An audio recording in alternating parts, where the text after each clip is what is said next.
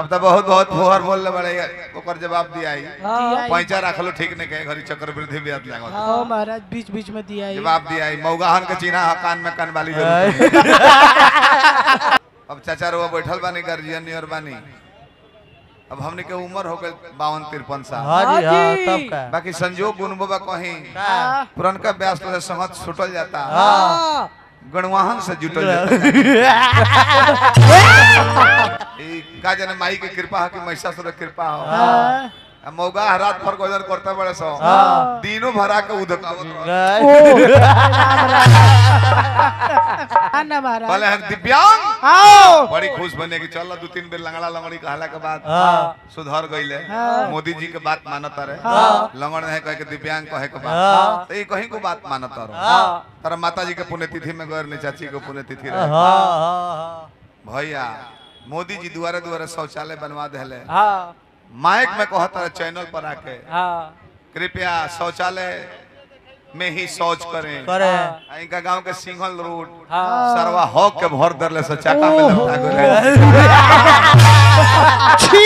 अर्जुन भैया आ ये किस्म के ना रहे कहीं आलू चॉप लौका तो कहीं साफ ब्रेड ऑमलेट पड़ले बड़े सो कहीं मुकुट ढाल के धइले बड़े सो तिरछा ऊपर बा एकदम एगो तो देखनी कि नागिन नियर बना देल रहे हैं रह जाओ अभी कहतर कि मोदी जी के कहल मान तर दिव्यांग कहतर आ तारे गाँव में गई तारे माई के पुण्यतिथि में तो देखनी रोड पर लोग हक दिल रहे मोदी जी के कहल काहे न मानो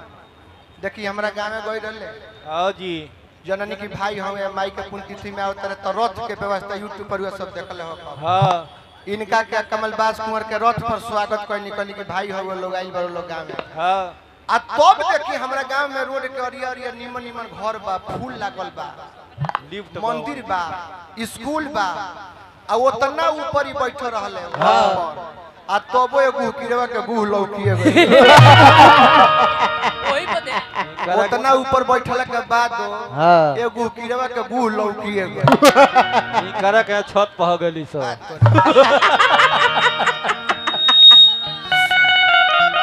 अरे सोझ आदमी बोलेला तो दुख ना लगे जी अब हई बोलता रहे तो आत्मा के ठेस पहुंचाता इनका के नाट्य कॉल जाओ तो हग के पाछ दिए होई आइयो बराबरी बतियावत सुधर जा भैया लबर लबर करो जनी गावना के पहिले